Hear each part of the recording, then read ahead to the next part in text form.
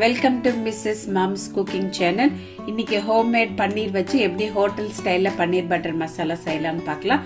அதுக்கு தேவையான பொருட்கள் என்னென்னு பார்க்கலாம். 1/2 கிலோ பன்னீர் எடுத்து வச்சிருக்கேன். 1 கப் வெங்காயம், 3 மீடியம் சைஸ் வெங்காயம் வந்து பொடிசா கட் பண்ணி வச்சிருக்கேன்.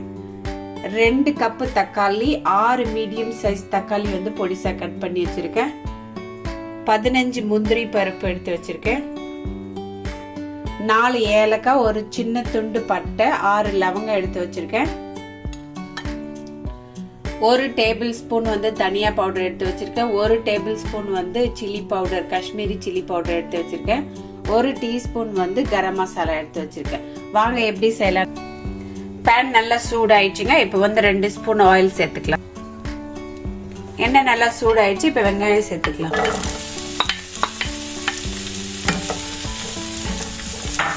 வெங்காயத்தோட பட்டை, லவங்கம், ஏலக்காய் எல்லாத்தையும் சேர்த்துக்கலாம். வெங்காயம் நல்லா வதங்கிடுச்சு. இப்போ வந்து தக்காளி சேர்த்துக்கலாம். இப்போ வந்து முந்திரி பருப்பு சேர்த்துக்கலாம். கரம் மசாலா எல்லாத்தையும் சேர்த்து கலரி விட்டுட்டு அடுப்பு ஆஃப் பண்ணிடலாம். இதை ஒரு பிளேட்டுக்கு மாத்தியாச்சுங்க. இது நல்லா ஒரு 10 மினிட்ஸ் நல்லா ஆறட்டும். அதுக்கப்புறம் பார்க்கலாம். நல்லா ஆறிடுச்சுங்க. இது ஒரு மிக்ஸி ஜார்ல போட்டு நல்லா ஃபைன் பேஸ்டா அரைச்சிட்டு பார்க்கலாம். ஃபைன் பேஸ்டா அரைச்சிட்டு வந்தாச்சுங்க. இப்போ வாங்க கிரேவி செய்ய என்னென்ன தேவைன்னு பார்க்கலாம். 2 டேபிள் ஸ்பூன் பட்டர், 1/2 டீஸ்பூன் வந்து ஜிஞ்சர் கார்லிக் பேஸ்ட், கொஞ்சம் கஸ்தூரி மேத்தி, ட்ரை ஃபெனிக்ரிக் லீவ்ஸ், திக்கன் கிரீம். இது வந்து ஆப்ஷன் தாங்க, வேணான்னா ஸ்கிப் பண்ணிக்கலாம்.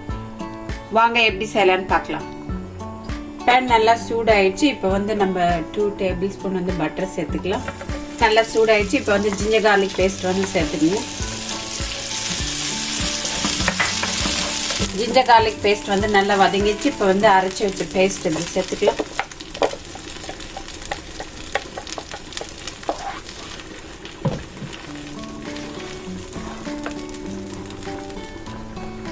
ஒன்றரை கப் தண்ணி மிக்ஸி ஜார்ல ஊற்றி அதை கழுவி இதில் ஊற்றிக்கலாம்.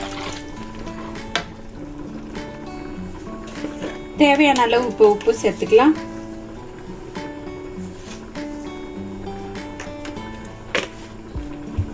உப்பு சேர்த்துட்டு நல்லா கலரி விடுங்க. அவ்வளவுதாங்க. லிட் போட்டு கவர் பண்ணிட்டு ஒரு மீடியம் ஃப்ளேம்ல நல்லா கொதிக்கிட்டோம். நல்ல கிரேவி வந்து நல்லா கொதிச்சிச்சு. இப்போ வந்து ஹோம்மேட் பன்னீர் சேர்த்துக்கலாம்ல.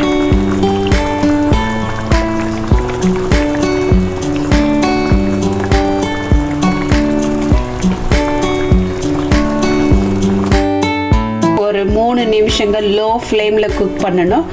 ரொம்ப நேரம் குக் பண்ணீங்கன்னா பன்னீர் எல்லாம் ரொம்ப ஹார்ட் ஆயிடும். பன்னீர் போட்டு 3 நிமிஷம் ஆயிடுச்சுங்க. இப்போ அடுப்பு ஆஃப் பண்ணிடலாம். ஒரு டீஸ்பூன் கஸ்தூரி மேத்தி எடுத்துக்கோங்க. எடுத்துட்டு கையில நல்லா ஒரு கசக்கி இப்படி போடணும்.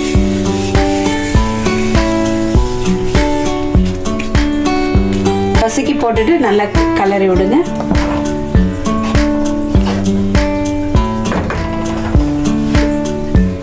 இப்போ வந்து 3 டேபிள் ஸ்பூன் வந்து கிரீம் சேர்த்துக்கலாம்.